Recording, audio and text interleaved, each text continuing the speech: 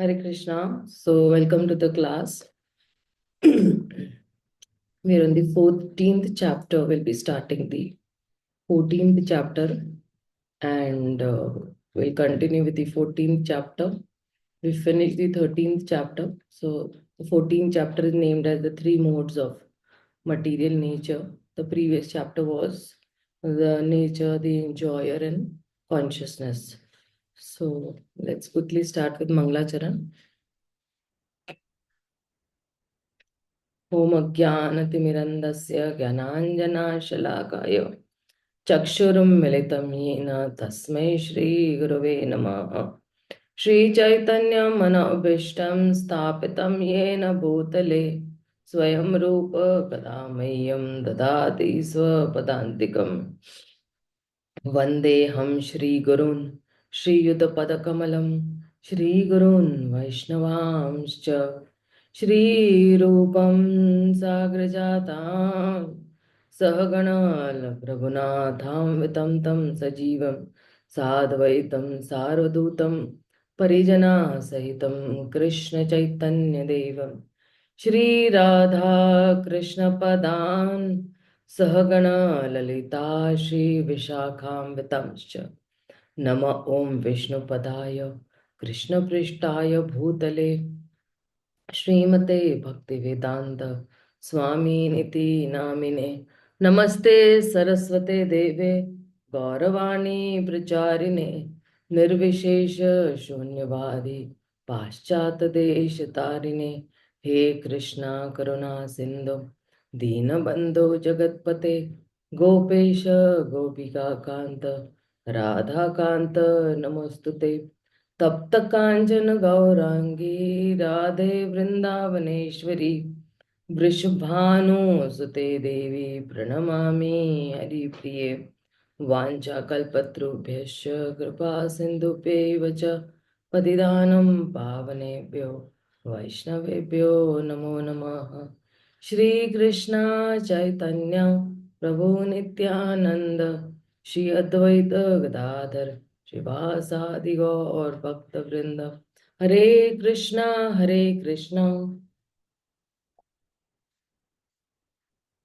Krishna Krishna Hare Hare Hare Ram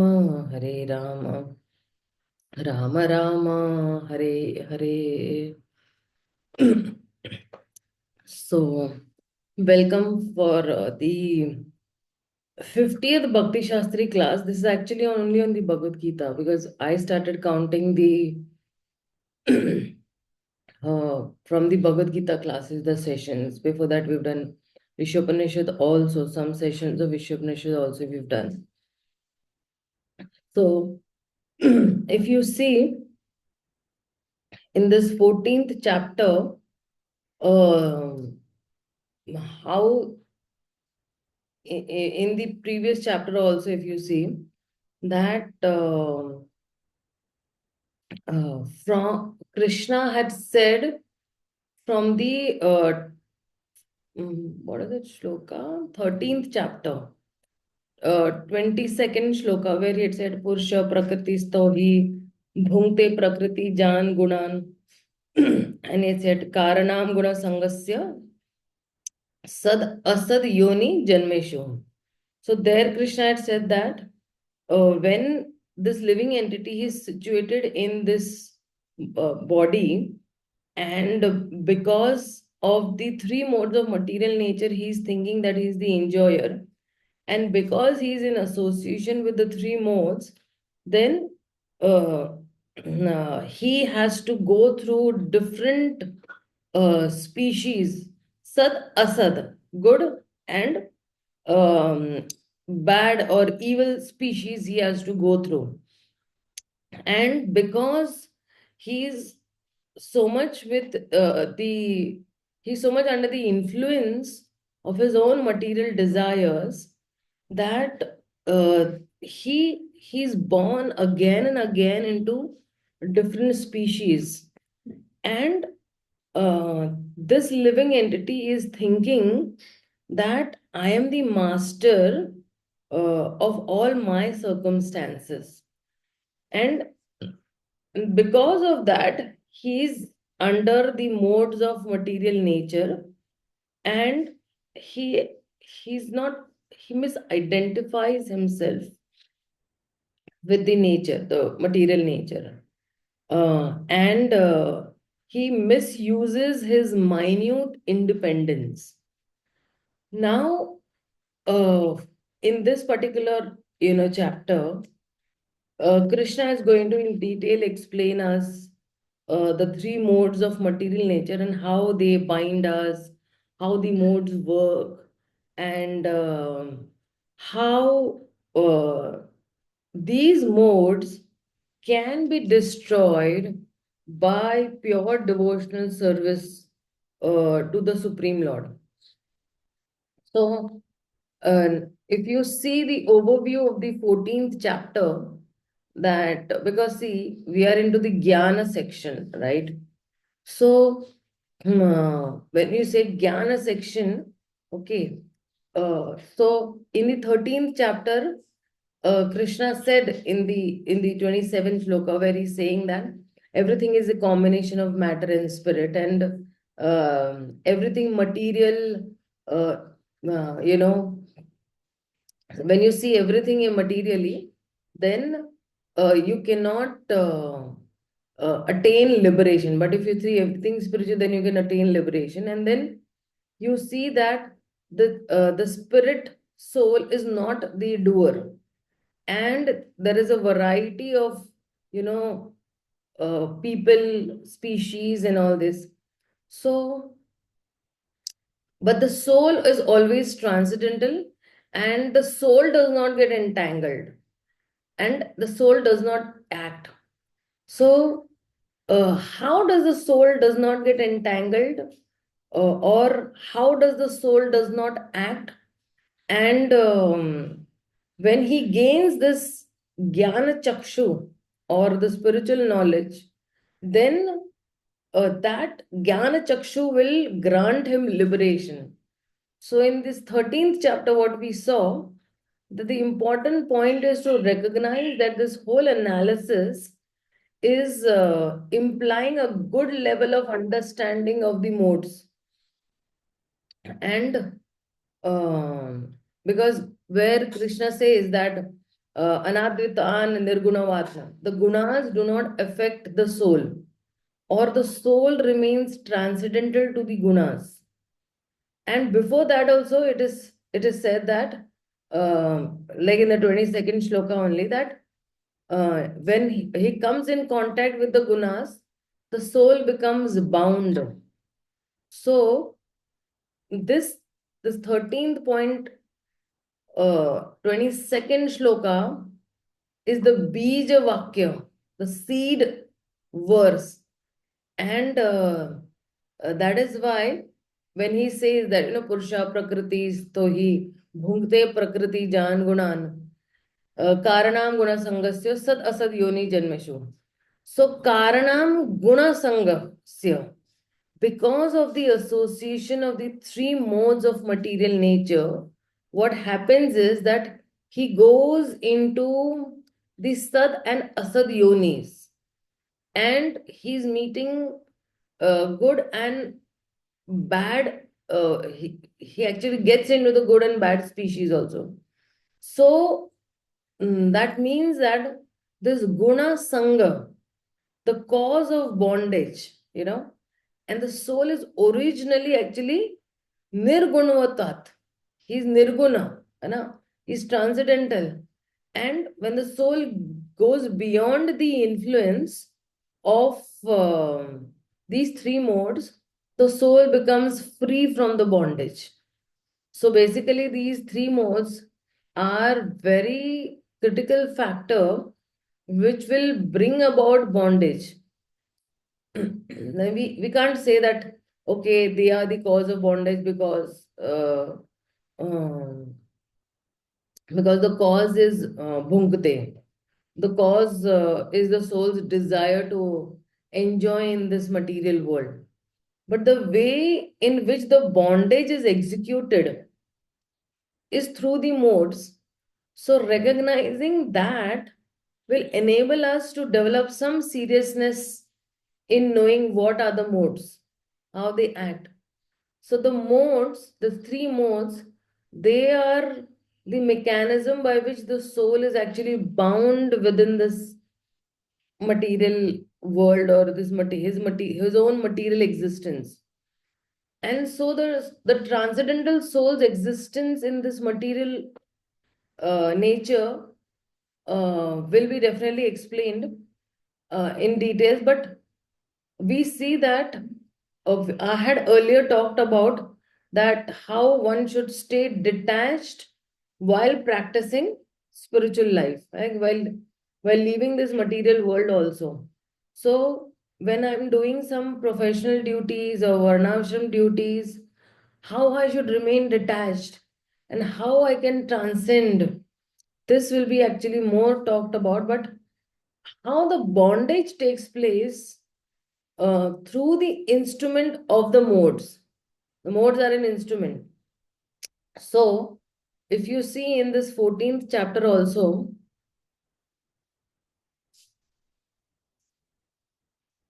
the soul is how the soul is conditioned by the three modes. A detailed explanation will be given by Krishna. The because this is the Jnana section, Krishna is definitely going to glorify knowledge and how the soul comes in contact of matter, how the modes are binding, how when you identify that the modes are dominating me, by their principal characteristics, and what will be the effect if if the modes are dominating me, then how am I conditioned by these modes? And what will be the long term effect, that is even after death also, when I enter into a new species, what will happen?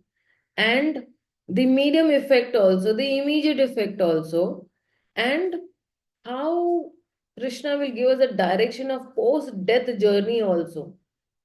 And Krishna will also give us the remedy, that how to transcend these three modes. Like, so for example, in the seventh chapter, the ninth chapter, the 10th chapter, the first section is they actually speak about the glorification of knowledge. Means how this knowledge is so valuable that is being given, and why should that knowledge be heard, and after hearing that knowledge, what is the benefit that I'm going to derive?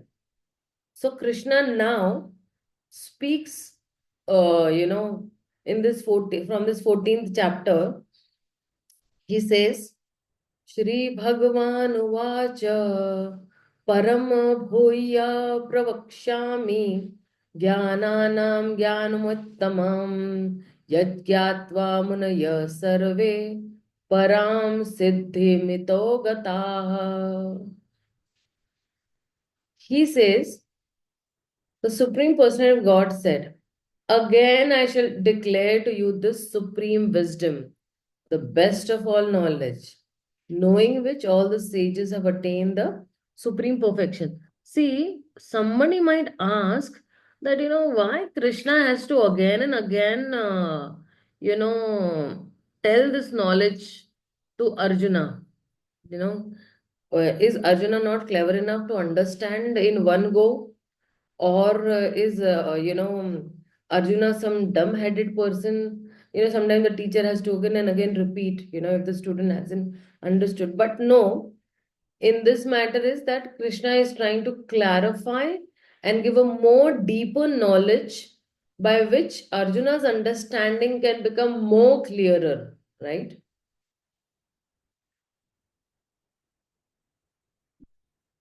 Sometimes if the student is very curious and keeps on asking questions, so then the teacher is also very much enthusiastic to actually give a more deeper knowledge.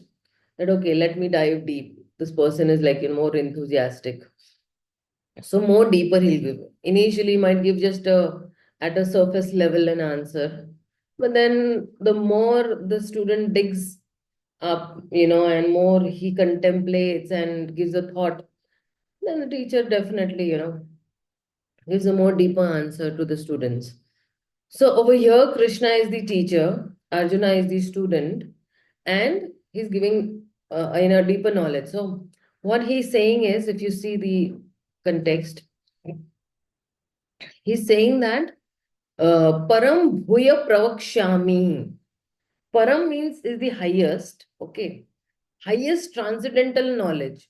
And Bhuya, I'm giving again. Bhuya, again I shall Prakshyami, again I shall speak. And this Jnanam is actually what? Param Jnanam, transcendental knowledge, highest transcendental knowledge. And this Jnanam is Uttamam also. So it is the best among all the forms of knowledge. So Krishna is saying that. So again I am speaking this Yat Gyatva. And what will happen by this? He's saying that Munaya Sarves, Munaya means all the great sages, what will happen? Param Siddhim Ito. Even the great sages, they have also attained the supreme destination, the supreme Siddhi, perfection that they have attained. So, somebody will ask that why did Krishna use this word bhuya again? He has not talked about, three modes of material nature in detail before.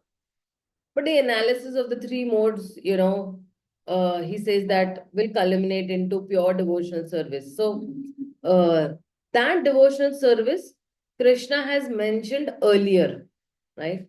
So, in technical detail, Krishna has not spoken about the three modes before. But if you see to its conclusive action plan, then the knowledge has already been spoken before, like, about bhakti. So he's saying that yad gyatva, by knowing this knowledge, what is happening? The great sages, they have attained liberation. Param siddhim gataha. So, very interesting, Krishna has not used bhakta over here instead of munayah. Okay, because bhaktas don't need to have this kind of, analytical analysis of these three modes. They have some basic philosophical understanding, but the chapter is primarily talking about how the munis, the yogis, the jnana yogis, they take to devotional service. So, why munis will practice devotional service? Remember, that. So, if you see, from this 13th chapter to the 18th chapter, how can one rise from the jnana level to the bhakti level? So, one can rise from the jnana level to the bhakti level by recognizing that how potent devotional service is intellectually. So, this 14th chapter will talk about three modes, but after that also will come the conclusion that how or why should one practice devotional service, and that hmm, uh, uh, and that cannot come because one has spontaneous connection with Krishna. So one will recognize that yes, karma yoga, jnana yoga, but yoga, the devotional service, is the best means to gain liberation from material nature. So there is a very significant difference between the two levels. As we have, levels like fear, desire, love, duty, which people can approach Krishna. But there are multiple levels at which, people approach devotional service also. So, example, they may not approach devotional service not because of love, but because of knowledge at the level of duty. That also fine, as it is mentioned, kena prakarena mana Krishna niveshit. You actually invest your mind somehow or the other in Krishna's devotional service. So this chapter, the focus is on the analysis of the modes and how the bondage between the modes are very complex. Because within the modes also there are categories as such, and how it is difficult to break free from. And then when one recognizes that, then by taking shelter of Krishna, uh, he can break free from this bondage. So when he's saying Muniya, these Munis were having agitating minds. So they will get shelter of Krishna by transcending the modes. This is what he's trying to say in this particular shloka.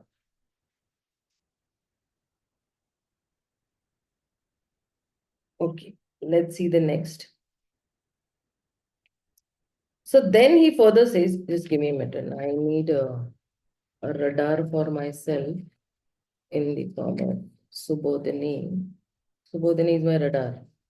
It keeps me in control.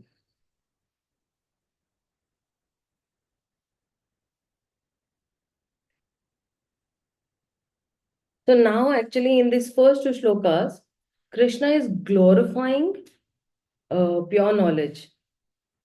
And Krishna is speaking about the highest knowledge. But of course, he's giving the result also that if somebody is going to attain that highest knowledge, what is the result? So in this shloka, he's going to give the result of pure knowledge. He says, Idam jnanamupashritya mama sadharamayam agata sarge api nopajayante pralayena vyathitanti cha. He says that by becoming fixed in this knowledge, one can attain to the transcendental nature like my own. Thus established, one is not born at the time of creation or disturbed at the time of dissolution.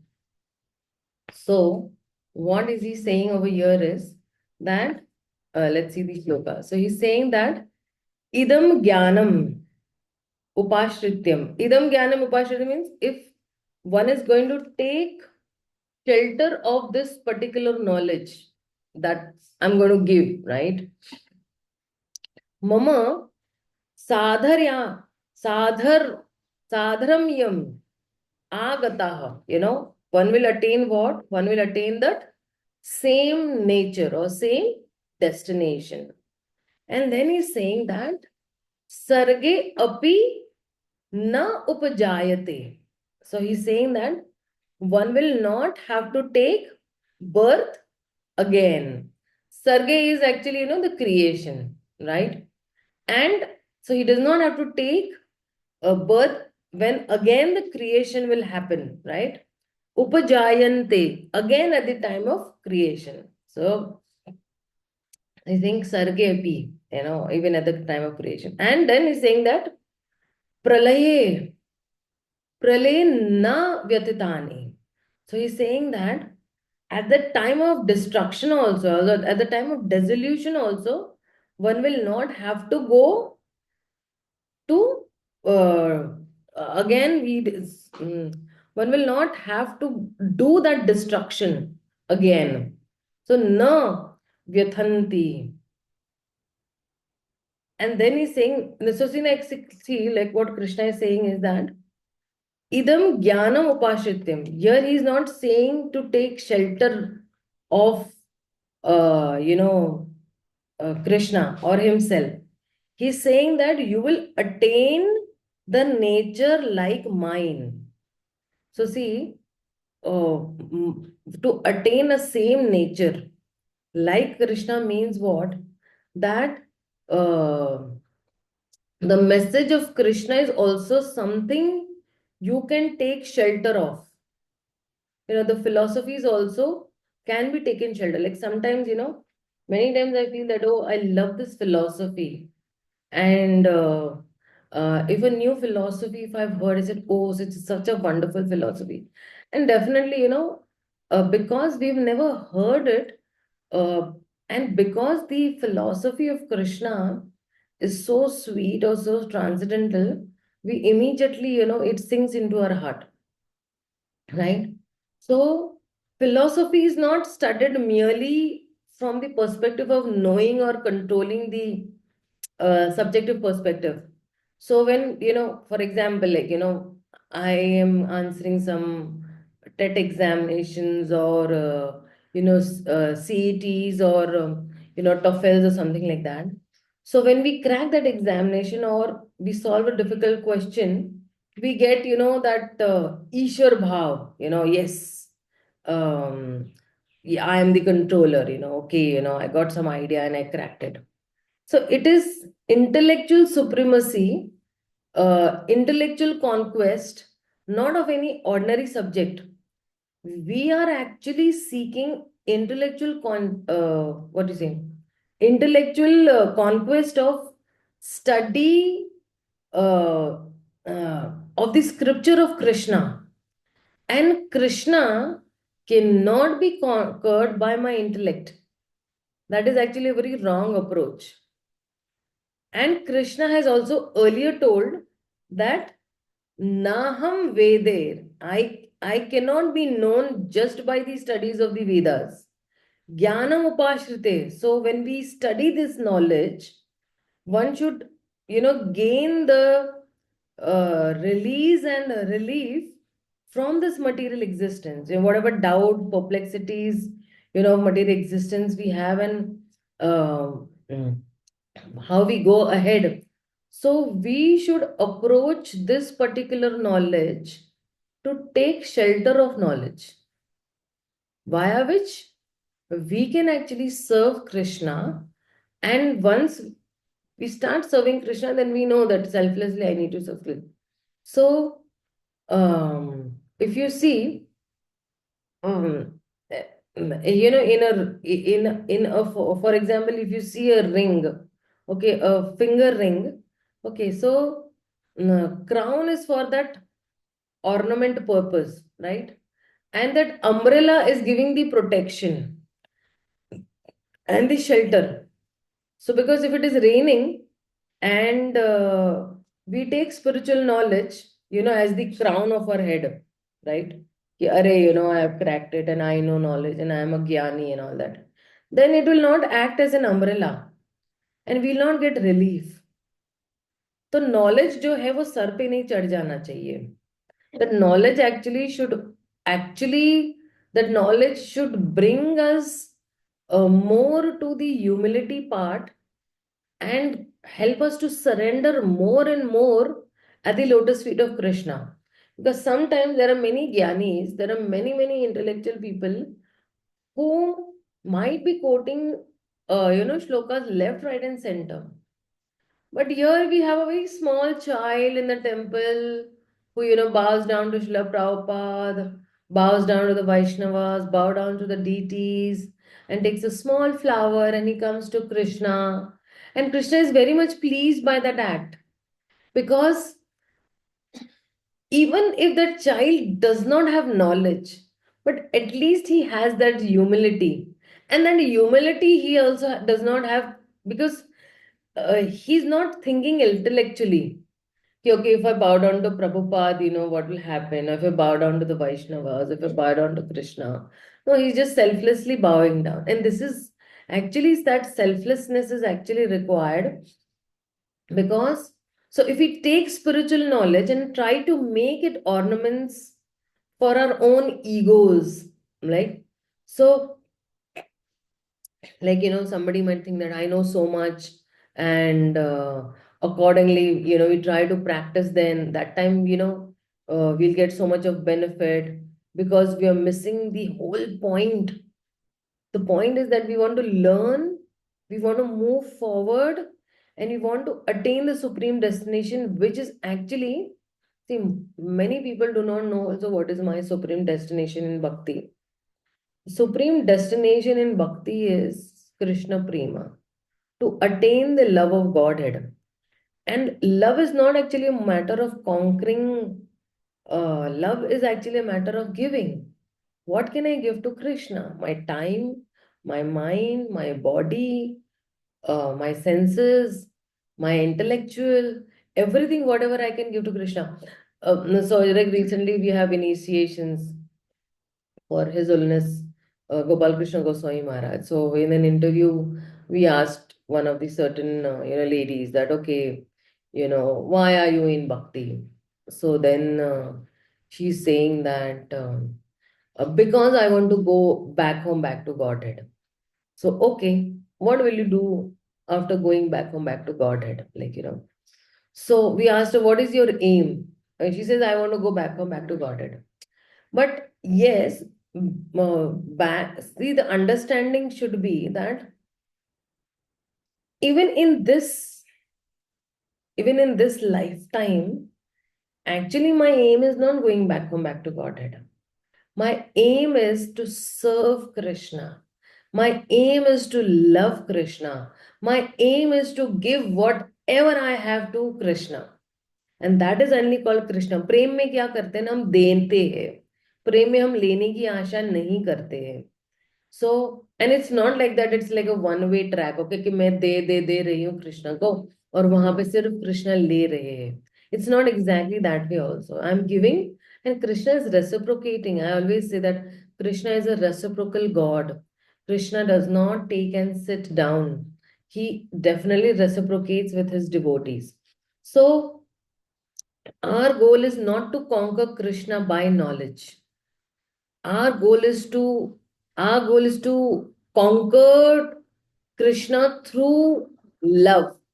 And for that, we want to give ourselves to Him through various ways. One way would be, I give my intellectual, मैं अपनी बुद्धि दे देती हूँ भगवान को, which is also used as one of the ways to surrender to Krishna. So that is why he's saying that idam jnanam upashrite.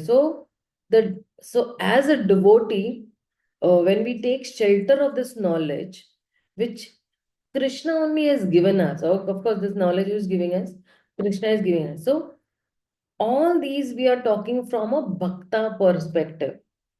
From a jnani perspective, also one tries to immerse himself in the knowledge. So like that, we absorb ourselves in the knowledge. And when we absorb ourselves in that knowledge, then we go beyond the modes of material nature. And whatever complications this mode of material nature has, we will go beyond it. That is why saying that idam jnanam upashritya mama sadharam yam agataha. So if you see this sadharam yam that is there, so if you see Sad dharma. Sad dharma means we know dharma has many meanings, okay. And here the meaning is actually the same nature, right? So Srila Prabhupada has mentioned even in the Bhagavad Gita introduction, if you remember, that dharma is to love and serve. And when we direct that when we direct that love to Krishna, then our dharma becomes sanatan. So dharma means we act according to our eternal nature. And when we act according to our eternal nature, that only will bring us happiness. My eternal nature is Jivera Swarupa Nitya Krishna Das. So when I leave everything and I'm just serving Krishna, then only I will get happiness. Otherwise, all the other happiness in this material world is going to give me misery and it is going to bind me into this material existence. So here the meaning of dharma is uh, he will, he will attain my dharma, my nature. And at the time of creation, when he's saying sarge api na upajayate, when he's saying that at the time of creation there is no upajayate. I'll not be born again. And uh, and then he's saying that pralaye na vyathanti cha. So at the time of destruction also, I will not be bewildered, you know. I will not be into bewildered means what? I will not think or I'll not be in that bodily consciousness. So when one is not bodily consciousness, one will not take birth again. And also he will not suffer at the time of death, because he or we will go beyond the body to a large extent. Like if you see in the case of Parikshit Maharaj also, what happened is that he went before, and that the Takshak, he bit him after the soul had left. So for us also, we will not be bewildered by leaving the body. If you see so many devotees, when they leave their body, they're so calm and composed, right? And they're not bewildered. So, because why they are not bewildered? Because they are not on bodily consciousness. They are actually completely beyond, the body. So that is why they don't get bewildered. They very calmly and coolly they actually give up their body. Okay, let's see the next shloka. Very important and very nice, these shlokas are. Okay, now from this particular shloka, uh, Krishna will give us the full explanation of how um, Krishna, Jivas, Prakriti, how they are related to each other. So, how is the how the Jiva comes in contact with the material nature? So, he says that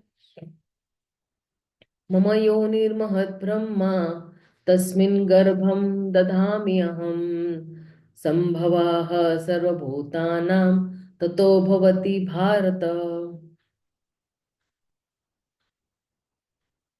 He says that the total material substance called Brahman is the source of birth, and it is that Brahman that I impregnate, making possible the births of all living beings, O son of Bharat. So he's saying that um,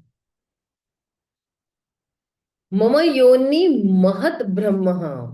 Because see, how the soul comes in contact with matter, he's going to actually give over here. So he's saying that Mama Yonir Mahat Brahma. Here Krishna is using Brahma, to this material nature. Same words can be used actually for different meanings also. So this Brahma is the yoni in which I give garbha, pregnancy. Garbha. Tasmin garbham dadhami aham. I give the seed from which the womb is formed. The pregnancy takes place. The impregnation happens over there. And he's saying that Sambhava Sarvabhutanam. Sambhava means, the possibility, or to manifest also, right?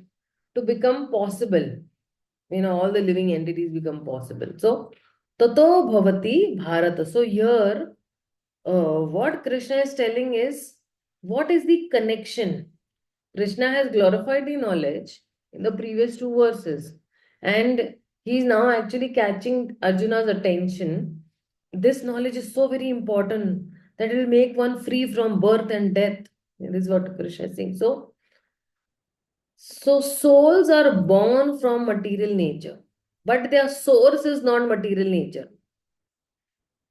The souls, so soul is born from the material nature, but the source is not material nature. And over here, if you see, Prabhupada is giving an example.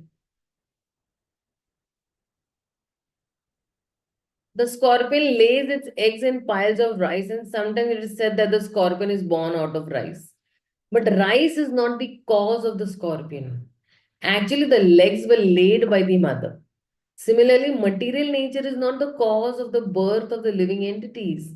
The seed is given by the Supreme Personality of Godhead, and they only seem to come out as products of material nature. Thus, every living entity, according to his past activities, has a different body created by his material nature, so that the entity can enjoy or suffer according to his past deeds. The Lord is the cause of all manifestations of living entities in this material world. So, the main point is in this verse is that the material nature does not become active by its own. Who is making it active? Activation का काम कौन कर रहा है? The Supreme Lord. Okay, so let's see the next. So Krishna is going to actually say in the next shloka that Aham Bija Prajapita. I am the seed giving father. So सर्वयोनिषु कौन्तेय मूर्तयः सम्भवन्ति या तासं ब्रह्मा महद्योने अहं बीजप्रदः पिता. It should be understood that all species of life, or son of Kunti, are made possible by birth in this material nature, and that I am the seed giving father. So, see, he's saying that Sarva Yonishu Kaunteya. So, in all the living beings, oh, the son of Kunti, Murtayah Sambhavanti. Yaha Sambhavanti. They manifest, right, in various forms. The living beings manifest in different forms. So, and then he's saying that Tasam Brahma Mahat Yonir. Mahad Yonir means what? Mahad Yonir is Brahma, source of birth in the material substance. So Mahad Yoni is Brahma. And Aham Bij Pradaha Pitaha.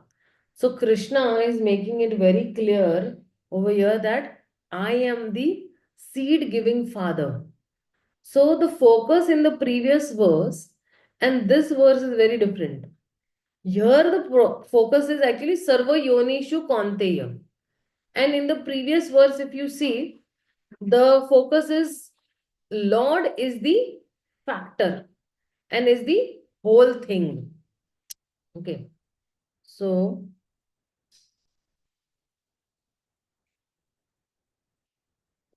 okay, let's see the next shloka.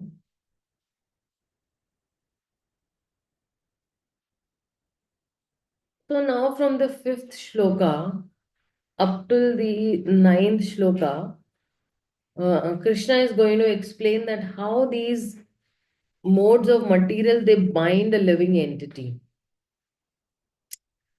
So he's saying that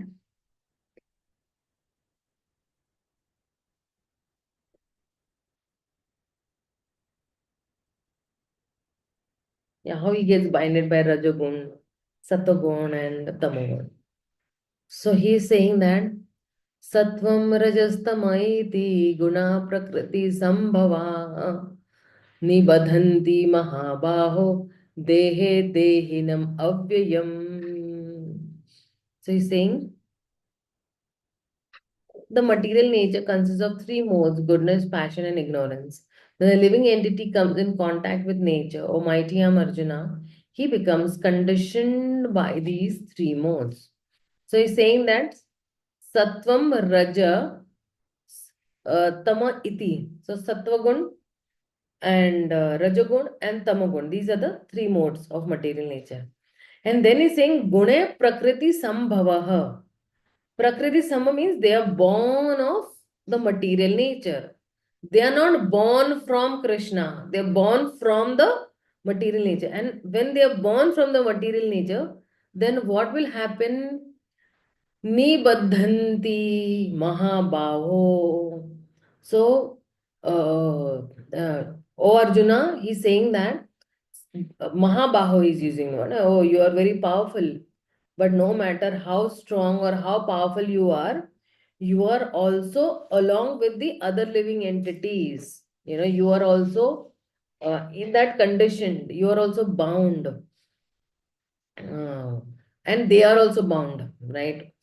So, dehe dehinam avyayam. he's saying that it is referring that the soul comes, or so the soul actually becomes bound to the body, avyayam, So it is because this soul is avyayam, it is eternal and it is imperishable.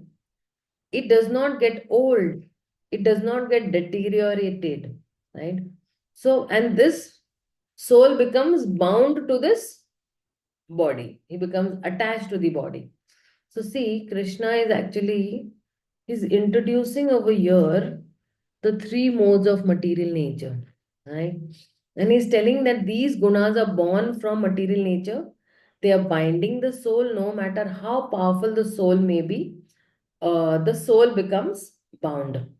Now, what exactly are the modes? So, are the modes things or concepts? समझ में आती ना, गुण है, तीन गुण है, तीन गुण है, क्या ये वस्तु है या क्या ये कोई कॉन्सेप्ट है? So modes are not just concepts, they are things, but they are not gross things, they are actually subtle things, and we have to harmonize our intellectual concepts, then we can understand how it is. To harmonize means sulha karna, to compromise, right?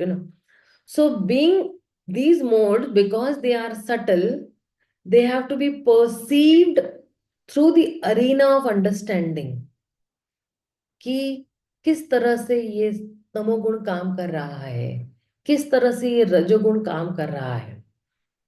So what are these modes?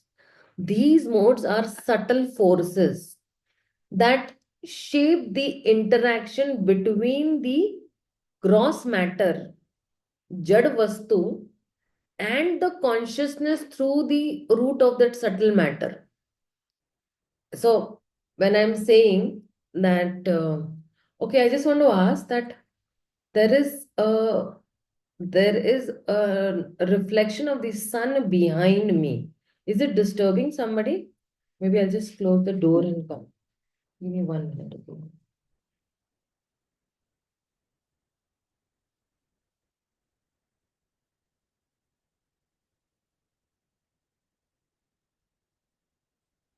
Actually, that's my DT room, so just closed it down. Okay.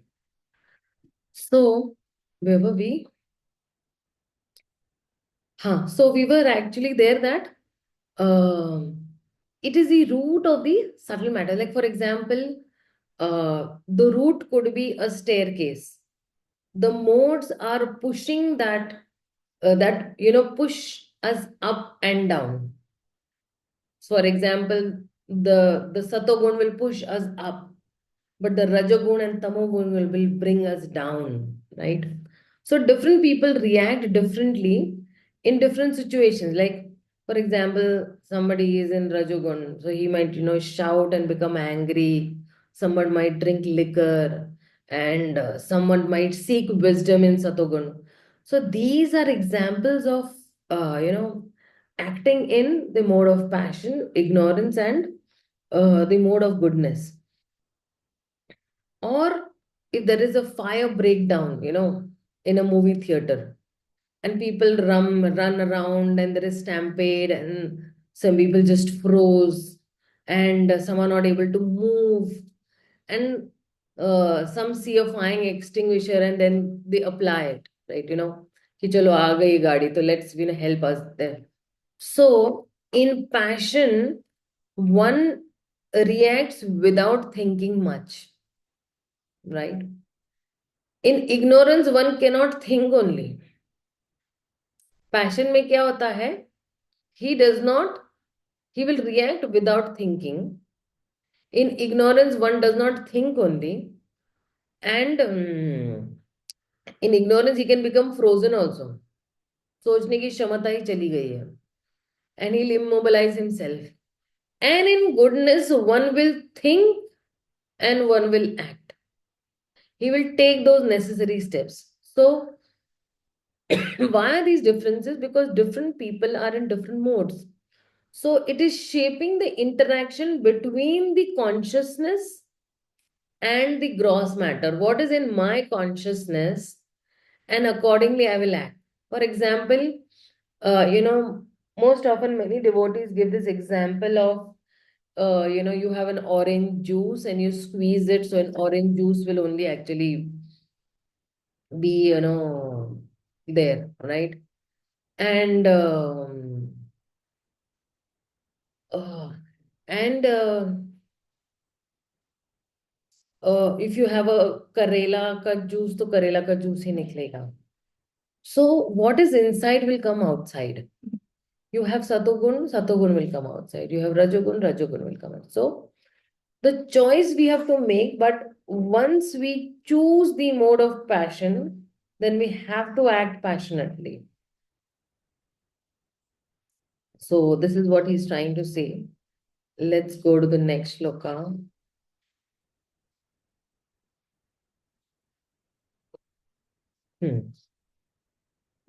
See, in any case, all these modes are binding, okay?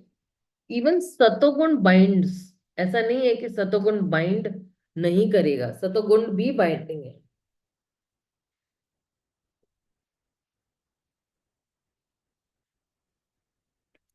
I have a bad voice today, so I'm drinking hot water again and again. Okay, so he's saying that tatra sattvam sorry, nirmalalatvat. Just a minute. Tattva sattvam nirmalatvat praksha prakasha prakashamkam anamayam sukha sangena badhanti jnana sangena chanagha. He's saying that, O sinless one, the modes of goodness, being purer than the others, is illuminating, and it frees one from all sinful reactions. Those situated in that mode become conditioned by a sense of happiness and knowledge.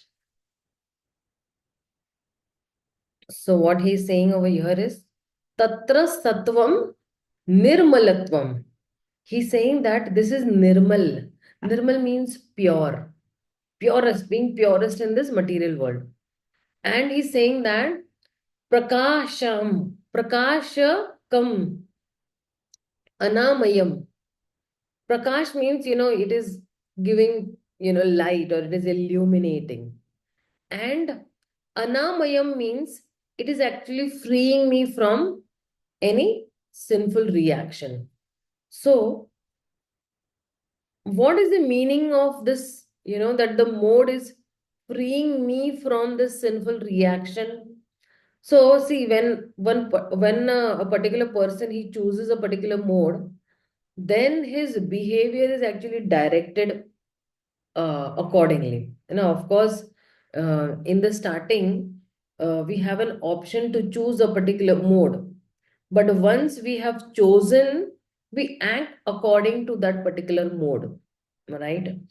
So, one who is in the mode of goodness, then for him, prakasham, illuminating, and things become very clear to him. Okay, oh, I'm not this body, I'm the soul, I'm supposed to serve Krishna.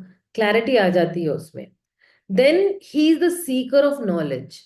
He is the seeker of to understand things as they are. He is the seeker of wisdom, and he understands that whatever action I will be doing, that will have a consequence, that will have a reaction. So I should choose an action which brings only good reaction or good consequences only.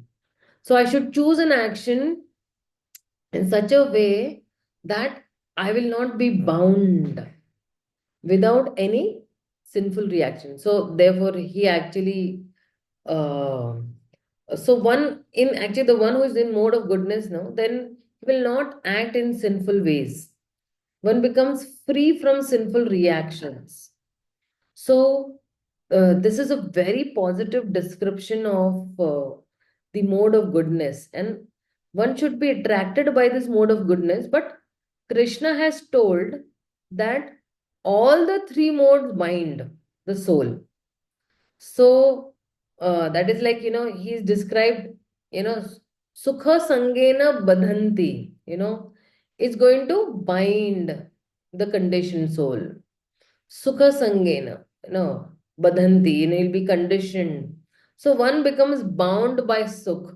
मुझे बहुत सुख मिल रहा है, परम सुख मिल रहा है, तो bind, he becomes bind by what? He becomes bind by ज्ञान. ज्ञान से वो बंध जाता है.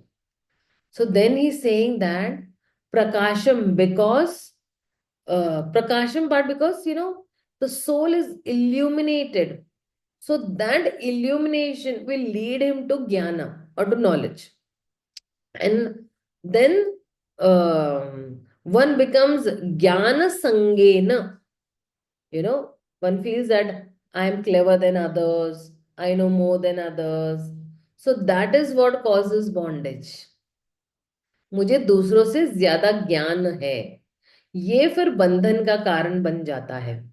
And because of this anamayam, one is free from sinful reactions, so the suffering is little less, and one gets a sense of happiness in being situated peacefully. So that is also cause of bondage. मैं यहाँ पे बहुत सुखी हूँ, ज्ञान लेके मैं बहुत सुखी हूँ, मुझे यहाँ से कहीं जाने की जरूरत नहीं है. That becomes actually a cause of bondage. So Prabhupada, if you see, is giving example also over here.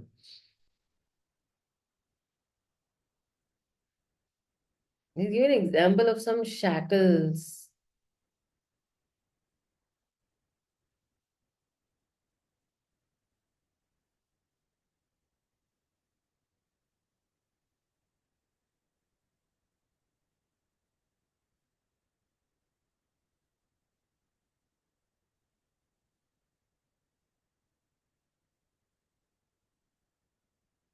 Maybe in somewhere else I have read. Okay. He's giving the example of shackles actually. Some are, golden shackles and some are iron shackles. But the fundamental reality is that whether it is a golden, silver, or bronze shackle, it is going to bind you. So that is why we should seek liberation, which is by the process of devotional service only. केवल भक्ति के माध्यम से ही हमें क्या मिलेगा, इस जन्म मृत्यु के चक्कर से छुटकारा मिलेगा. And Srila Prabhupada also has discussed, if we see the scientists, philosophers who are there, poets and all, repeatedly one may become a philosopher, a scientist, a poet, and become entangled in the same disadvantages of birth and death. But due to illusion of the material energy, one thinks that sort of life is very pleasant. He does not want to move out of that particular body. He thinks, oh, it's very nice. So, uh, hmm, they are more evolved in, because see, these scientists and poets and all, they're more evolved in their thinking. They try to think with more deeper concepts, and they try to gain understanding by which uh, they are. But see, when they are actually in that deeper concept now, they try to gain that understanding, but that understanding is not easily available. So the search of deeper understanding is not always spiritual. गहराई में जाके मुझे समझना है, it not might not necessarily be actually spiritual, but it is not even superficial material also. So these people, these scientists, poets and all, they're looking for deeper material things. And when they start looking for deeper material things, then they start getting elevated by that. So that is why he's saying that Sukha Sangena Badhati. So one gets Sukha and one uses Jnana. By these two, one becomes actually bound.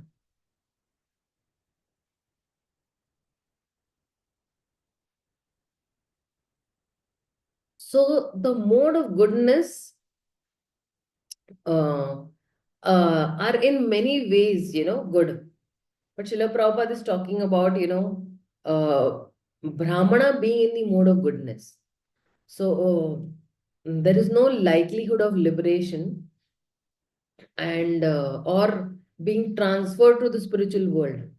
Repeatedly, one may become, this is what Prabhupada is saying, that he may become a philosopher, a scientist, or a poet, and he might become entangled in that same disadvantages of birth and death. So, but due to the illusion of this material energy, one thinks that, okay, this life is very pleasant. I'm very comfortable in this position that I have. Okay, this is what is being said over here. So this is about Satogun. Let's see what Krishna has to say about Rajogun. Rajo ragatmakam vidhi trishna sanga tamudbhavam tannibadhanti kaunteya karma sangena dehinam. So he's saying that the mode of passion is born of unlimited desires and longings, O son of Kunti, and because of this, the embodied living entity is bound to material fruitive actions. So when he's saying that Rajo Ragatmikam Vidhi, okay. So this mode of passion, it's comprising of what? It's comprising of raga. Raga means what? Rag is actually lust. Okay. Rag is attachment, right? So it is comprising of uh, raga. And because it is born of the desire or of this rag is actually lust. तो क्या करता है वो? Trishna Sanga Samudbhavam.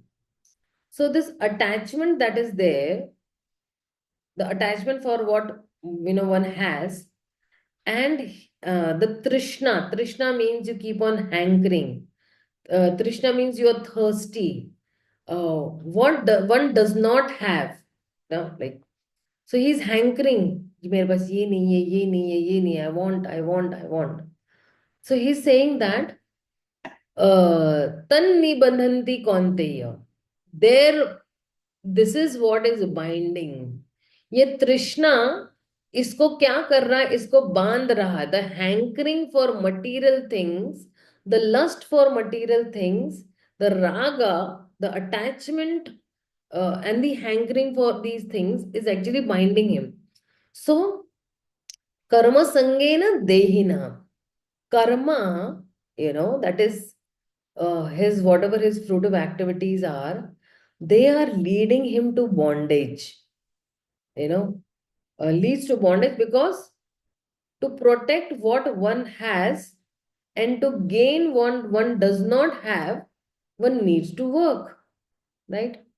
So I was just hearing one lecture from Nitai Sevini Mataji. She was telling that, every time we have, two baskets. One जो है हमारी जो fulfilled desires की basket है, and one the unfulfilled desires basket. So every time what we do is from the unfulfilled desire ka basket we try to fill in the desire of fully means complete complete जो desire होती है complete desires की basket में. All the while we are actually shuffling ourselves in only these two baskets.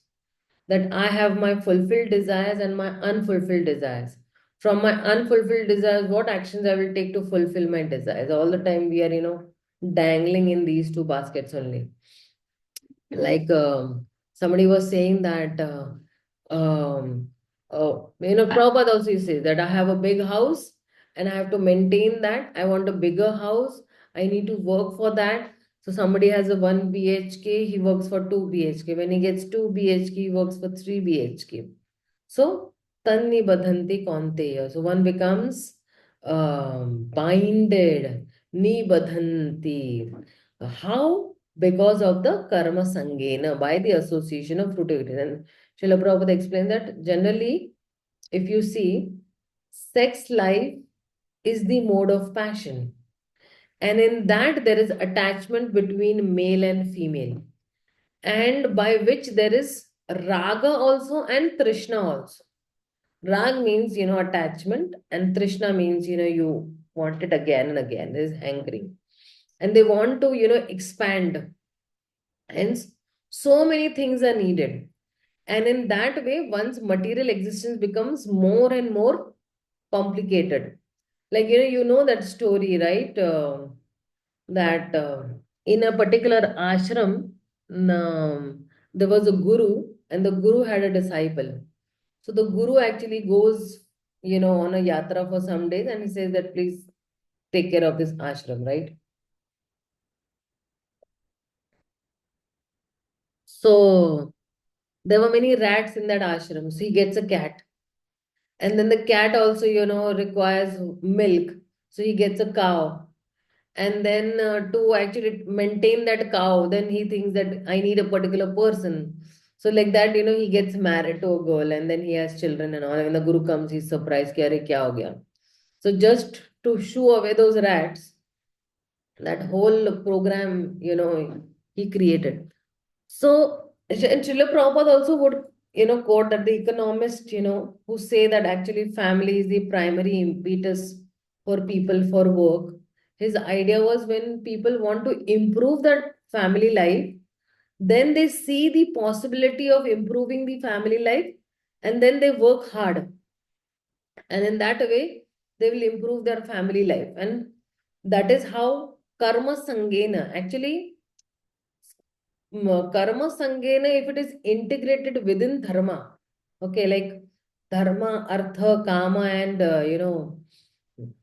that system. So people want artha for the same of kama. People want money so that they can do more sense gratification. But all these arrangements were made within the dharmic framework. One does dharma, then artha, and also kam will come. So when Prabhupada is saying that over here, um, modern civilization is considered to be advanced in the standard of mode of passion. Formerly, the advanced condition was considered to be in the mode of goodness. If there is no liberation for those in the mode of goodness, what to speak of those who are entangled in the mode of passion, right? So, um, these modes give us different definitions of success. In the mode of goodness, the definition of success will be how much knowledge, how much wisdom, or freedom from sinful reaction one has. In the mode of passion, how much power one has. So, for example, if the if the president of America is having a bad character, but the economy is going good, people may say that okay, you enjoy and let us enjoy also. If you can give us artha or kama, whether you give us dharma or not, it does not really matter. So when dharma will lead to artha and kama, then that will be actually virtuous. So when we as devotees, okay, if we live in this material world and have that mode of success, then we cannot practice devotional service very seriously. There will be, two different concepts which will be, colliding in our mind. And as per the spiritual definition, getting more and more attracted to Krishna is actually success. But as per society, the success will be become more and more wealthy, more and more powerful. That is the definition of the society. So now a devotee may get material success and use that also within the limits of not giving up one's spiritual commitments. Sorry. But the point is that the devotee does not has to consider that alone is the point of success.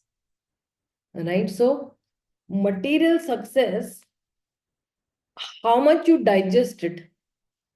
Sometimes somebody becomes so successful that it gets into his head.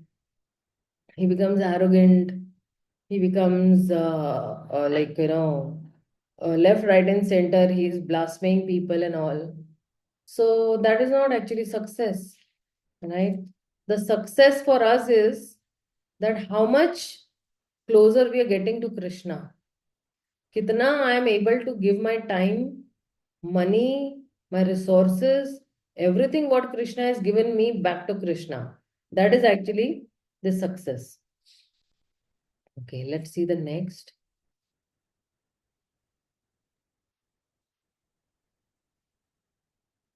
Yeah. So then the eighth one, he's saying that he's actually talking about Tamoguna over here. He's saying that uh, because see, we discussed how the soul becomes entangled in matter. And we also discussed about all the three characteristics of the three modes. We discussed about goodness and passion also, and now the characteristics of mode of goodness will be there, and how these modes are going to bind us.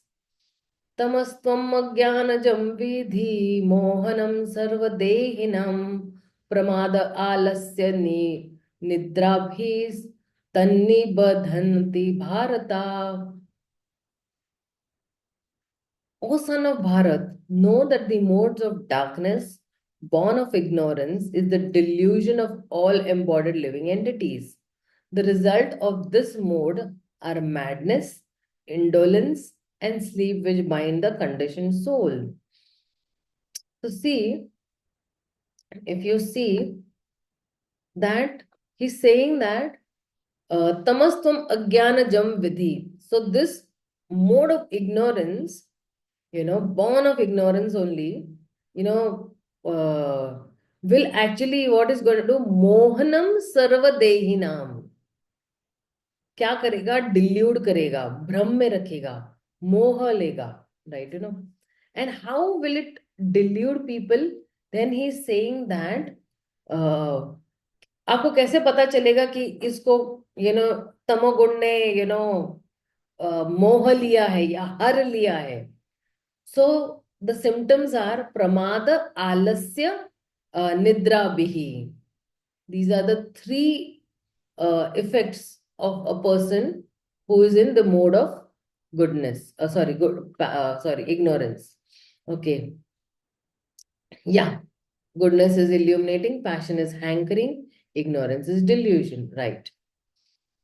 So this Pramad alasya nidra bhis, by producing pramad, this madness, alasya laziness, and nidra is sleep.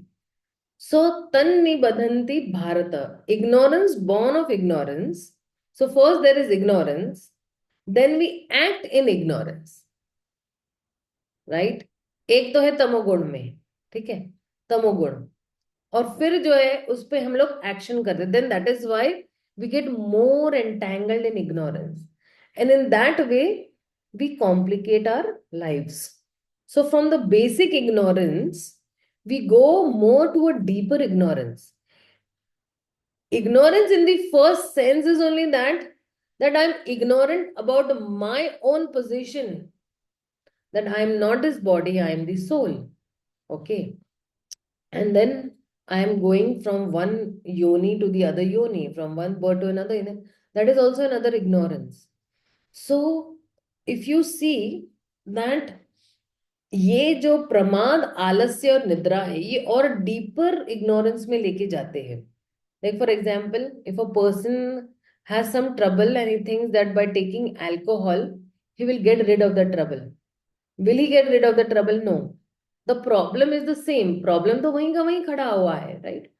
So the trouble will come back in a far more troubling form than what present trouble he has, because too much of liquor is going to actually harm his body, right?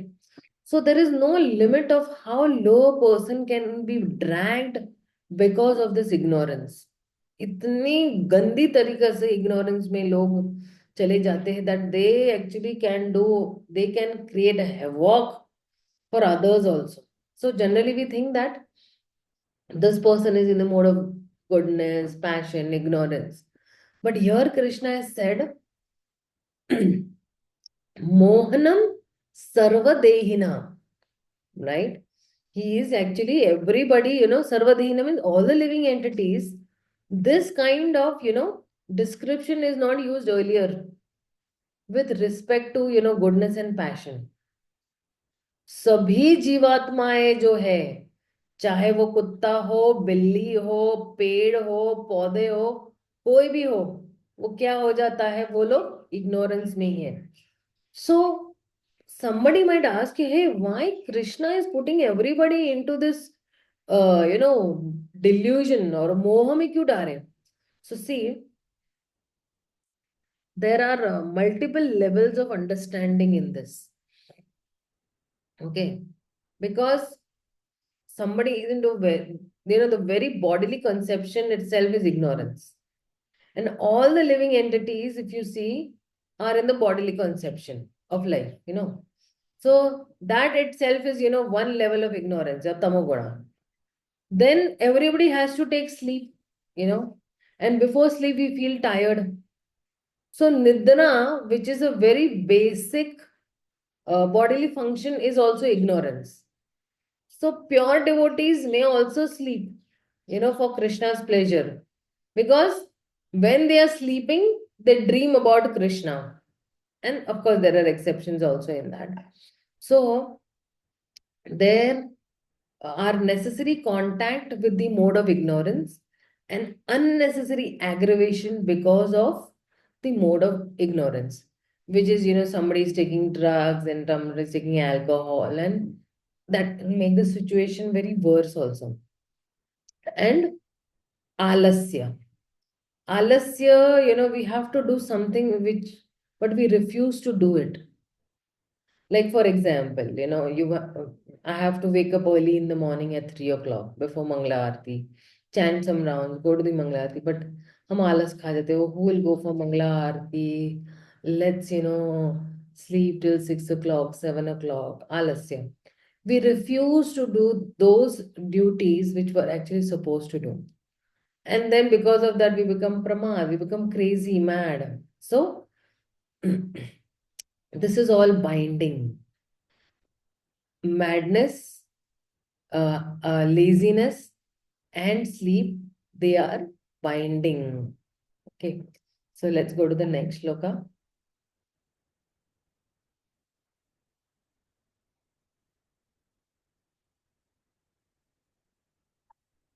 So then he's saying that, okay, now he's going to say that he's actually going to give a summary of all the three. सत्वं सुखे संजायति रजः कर्मणि भारत ज्ञानममृत्य तु तमः प्रमादे संजायति उतः. So he's giving a summary in this one verse how these three modes actually are going to bind us. So he's saying that, O son of Bharat, the mode of goodness conditions one to happiness, passion conditions one to fruit of action, and ignorance covering one's knowledge binds one to madness. So he's saying that Sattvam Sukhe Sanjayati, because in Sattvagun one is bound by Sukha, and Raja Karmani Bharata, in Rajagun one is actually what is happening? One is bound by whatever karmas he's doing, right? And in Tama, which is actually Jnana, Avritya, Jnana ko dhak deta hai. Avran means the knowledge is covered for him. Okay. So one is bound by pramada, one is bound by madness. So in mode of goodness, what he does is he says that, okay, I know more than others. I look purer and better than others. I'm happy in living this way.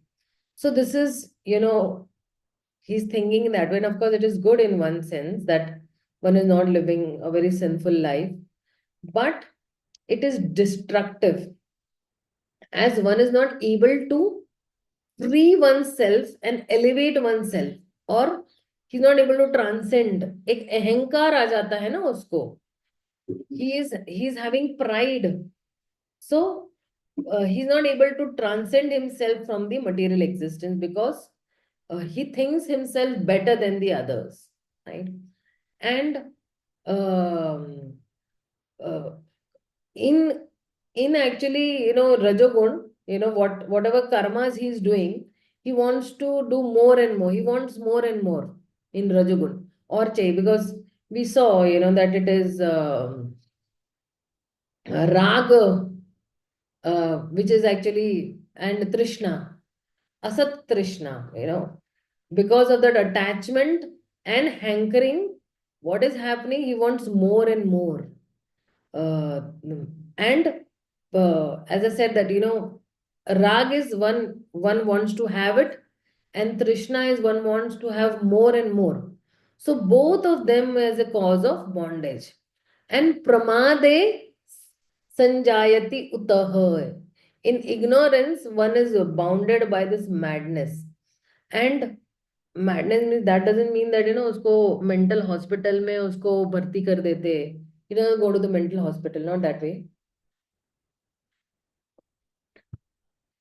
But uh, uh, means one person who is terribly in distress, he may not be aware about it. Okay, I'm terribly, in a miserable condition, but the actions are in destructive and distress, and he's acting for his own, distress, and others distress also.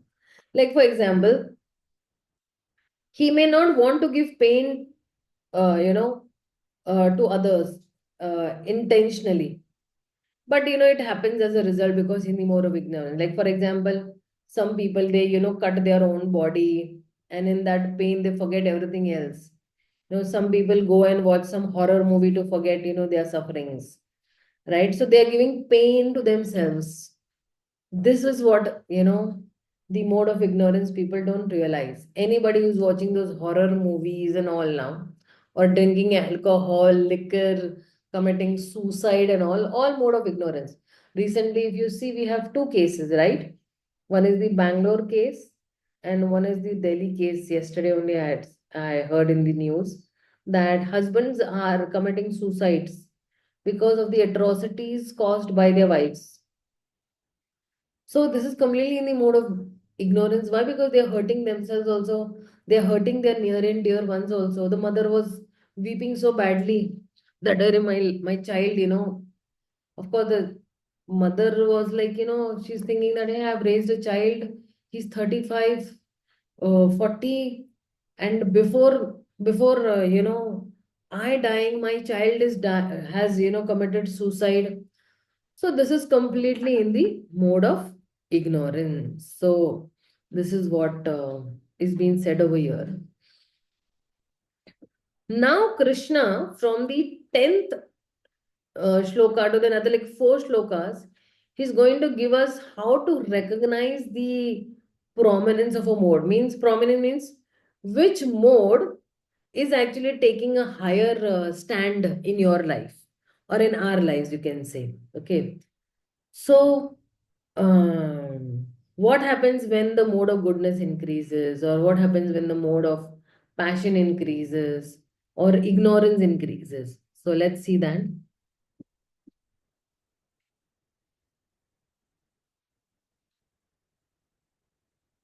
Okay.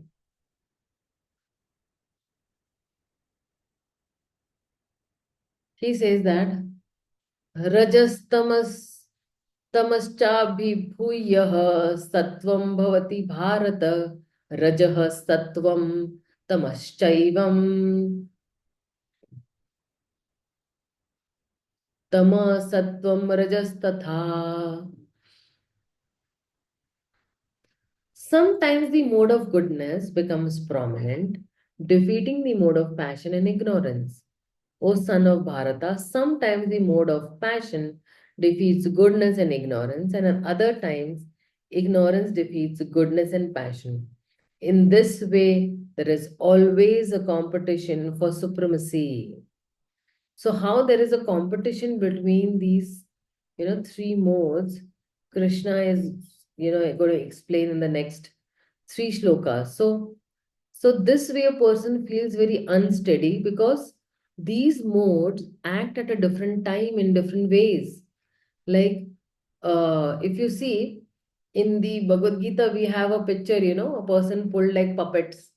Somebody is controlling, So these three modes are neither, discrete or, static in terms of how they affect us in our lives. Not static means not that in the morning we feel goodness and the whole day is like, or in the class in the beginning we may be very, very, interested in the starting, which shows like mode of goodness. And as we wanted to learn, but as the class is progressing, other modes, start pulling us like, we take a nap in the class because thinking that, yesterday I slept 5 minutes less or 1 hour less, or thinking that I have other works to do when the class will get over, many things we think. And in case of genuine reasons also, these things can come and we need to address them, but sometimes it affects our psychology also without any urgency. Sometimes it's, in the class if you're sitting and for no reason you feel that why, actually it's Krishna Katha going on. And the highest, form of Krishna Katha going on. And there is an assembly of, huge devotees and all. And here is one person like me thinking, when will the class get over? All others are relishing Krishna Katha. They are thinking the class. Some are thinking class should not get over only. You know, a particular Prabhuji or sannyasi should go on and on and on and on and on. Some people think time should just halt over here only. And whoever is giving the class, should go on, till eternity. So we should not feel lethargy in spiritual life, thinking that it is meant to give me relaxation. Spiritual life gives us relaxation because of purification and not because of deactivation, right? So, the more you get purified, the more you will actually get attracted to Krishna. The more you will feel that I want to be active. जितना हम purify हो जाएंगे हमारा आलस निकलते जाएगा and we'll be active. So that is why the three modes are actually, if you see in mode of goodness, what we are more contemplative and active. हम लोग बहुत contemplate करेंगे, contemplate and will act accordingly, will be active, will be on the run. Like if you see all these sannyasis, they're very contemplative and they're more active. Or even our Goswamis, they slept only for 2-3 hours a day, but that was enough for them. The mode of passion simply will make you active but not contemplative. Mode of action में ना बिना सोचे समझे आप कोई कार्य कर रहे हो, कमाना है, कमाना है, कमाना है, एक घर चाहिए, दो घर चाहिए, तीन घर चाहिए, just you work like an ass. And in ignorance, you are neither active nor contemplative. You don't think only. आपकी सोचने की क्षमता ही सारे दरवाजे बंद हो गए हैं. तो आप क्या करोगे? चलो चद्दर ओढ़ के सो जा. Laziness that way. So externally, sometimes goodness and ignorance appear to be very similar. बड़ा शांत व्यक्ति है ये, किसी को कुछ नहीं बोलता है, ये अपने आप में ही रमते रहता है, बट मन में इन मोड ऑफ गुड, बाहर से वो छल देता है. So but both goodness and ignorance are different. Like in a class, in a temple, one person did not attend the class, and he goes away and he says, I have other things to do. And one person is very attentively hearing in the class, but the other is very calmly sleeping in the class. So these two persons who are in the class, but are in different modes. One is attentively hearing, and one is hearing, but he is like, off to sleep. So although the modes are lateral, one above the other, but we can directly go from one mode to any other mode. You can jump directly from the mode of ignorance, you can jump to the mode of goodness also. So, like for example, when you say chanting attentively, to directly sleeping, sometimes passion can be used to counter ignorance also. Like, example, if I'm sleeping in while chanting, then what I do, I walk and I chant. So that is passion. अरे मेरे rounds रह गए, I need to, I cannot sleep, so get up and start walking. So in this way there is a competition between the modes, and we have to battle this competition, and we have to overcome this competition. We have to battle this competition and overcome this lower modes by higher modes.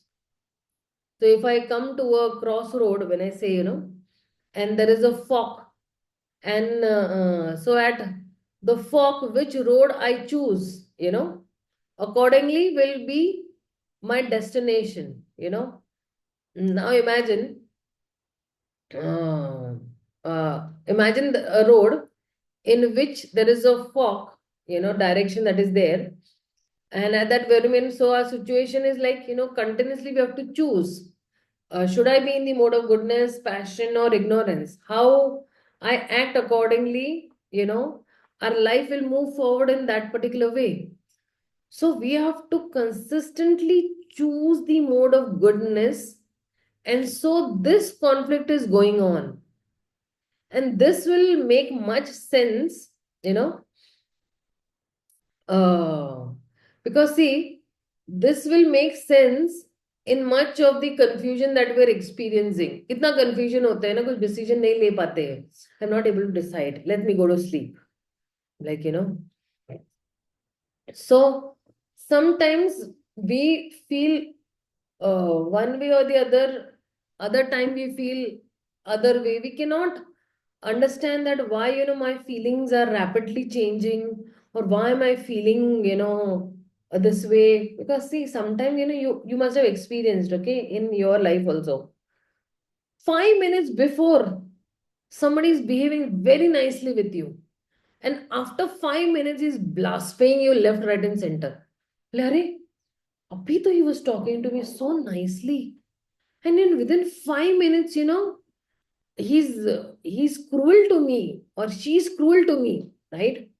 So, we cannot understand why my feelings are changing so much. And, we are not able to recognize, but we need to understand that all this is because of the modes.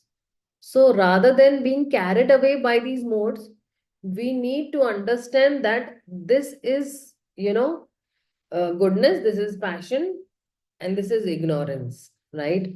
And let me choose goodness. And then when we keep on choosing goodness, it will increase within me. So basically, these modes are in conflict with each other. But if we choose only one mode and sit down, you'll be more at a peace. So if you see in this sixth chapter also, Krishna had given some characteristics, okay, that how these modes are binding. In the seventh and the eighth shloka, Krishna had given, right? That there is a competition, and there's a conflict between the modes, and now Krishna will tell based on which mode overtakes, the psychological condition of that particular person. So if you see in the 11th shloka over here, uh, when does goodness increase, or when does passion increase, or when does ignorance increase?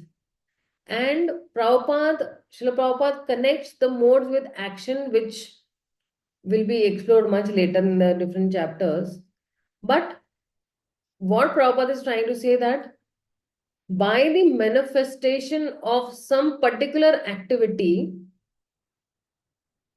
it can be understood in what mode of nature one is situated. Whatever activities I'm doing, then you will come to know that okay, this is the activity she is doing, and she is particularly situated in this particular mode. Okay. Okay. So if anybody has any questions, doubts, queries, you can ask me.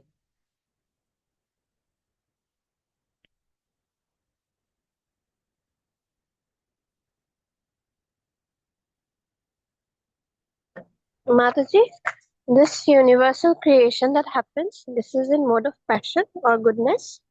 That Lord Vishnu glances, then all these things, the creation starts happening.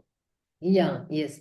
See, for creation, you require the mode of passion.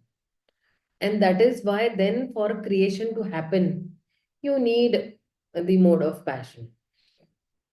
And the presiding deity for the mode of passion is Lord Brahma. So Vishnu is not in the mode of passion. Brahma, when he is doing creation, he is in the mode of passion.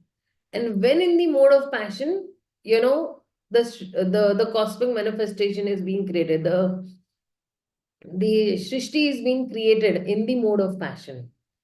So that way mode of passion is required. And then for even dissolution or for the destruction, then mode of ignorance is required. Sometimes somebody is not in mode of ignorance, in that mode. So then Lord Shiva does, heavy thunder. And that time actually pralaya comes and all that. So yeah, for even the creation, the mode of passion is required, and that is the presiding deity is Lord Brahma. Okay. Yes, Mataji. Also, Mataji, I wanted to know like stress, mental anxiety, sadness, depression, these are all in the mode of ignorance. But even devotees get it, Mataji. So then we go for treatments, be it a material doctor or anything. So then how to overcome such ignorance? I mean, See, it takes time, Mataji. see, what is the difference between the devotees and non-devotees? At least the devotees are aware that this is not wanted in my spiritual life. I want to actually transcend even the mode of goodness and be situated in Shuddha Sattva. But because of my previous conditionings, these things are backfiring me. And whatever it takes me to actually transcend even the mode of goodness, I should do that. Like if you see, His Holiness Jayapataka Swami Maharaj is also taking so many treatments. Why? Because he is in the mode of giving. He wants to give his disciples. He wants to give the non-devotees. He's in that mode. That is why he's going to the doctor and he's taking different treatments, right? So if somebody is going and taking those treatments because of stress, anxiety, and all, he wants to come out of that, that particular mode. He want, and because of his heavy conditioning, he's not able. So he's taking help from the other person to come out from that situation. So it's not bad to go to a doctor to get out of that, because it is helping us to actually transcend the three modes of material nature. It will help me in my bhakti life. Sometimes some people say, no, I'm not going to take help of anybody, and then he becomes more depressed. So it is always good. Of course you cannot go out and you know you cannot bugle it out that I'm in stress and I'm in depression. But there are some confidential doctors and devotees you can just speak to, and they'll help you, because your aim is to serve Krishna. Devotees will definitely want to serve Krishna more and more, but because the other things are backfiring, he needs help. And once he needs help, he'll, like, see, I know some people who have gone through many things. Like, they have gone through horrible distresses, even worse than what, somebody can think about. But because their aim was that I want to give Krishna and I want to serve Krishna, and only in giving Krishna I'll be happy.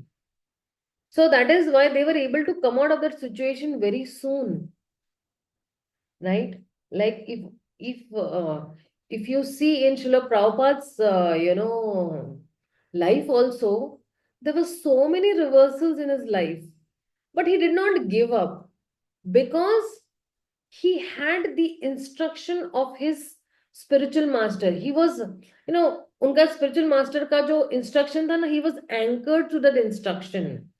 He was very much anchored to that instruction. And then whatever came in his way, three heart attacks, and it took him full 1 year to, set up that whole thing. There was a video yesterday I was seeing actually, that Srila Prabhupada used to come because he came by, Jaladuta, that Moraji Desai's, Srimati Moraji Desai's shipping company. So he used to come every now and then and ask that when is your ship going back. So the attendant of that ship is saying, you every time come and ask that I will share that video with you in the WhatsApp group. The attendant is saying, you every time come and ask, but you never go, after every 2 months, because Prabhupada was frustrated at that point of time that at this age of 70, I have come over here and nothing is getting established. And, I have come here to give something. But in that frustration, he used to go, but he used to never go. He used to never come back to India. He never gave up. Sometimes, he used to come only to vent out that frustration that when now I'm definitely going to go, after 2 months. Definitely. But he never went. He was stuck around to, in giving only. And he said, मैं कुछ करके ही यहाँ से जाऊंगा, उससे पहले मैं जाऊंगा नहीं यहाँ से, like, So he was anchored to the instruction of his spiritual master. And that's what kept him on going with so many reversals also yet. He had such crazy disciples who pushed him out of the house, and so many things happened, and he has tolerated so many things.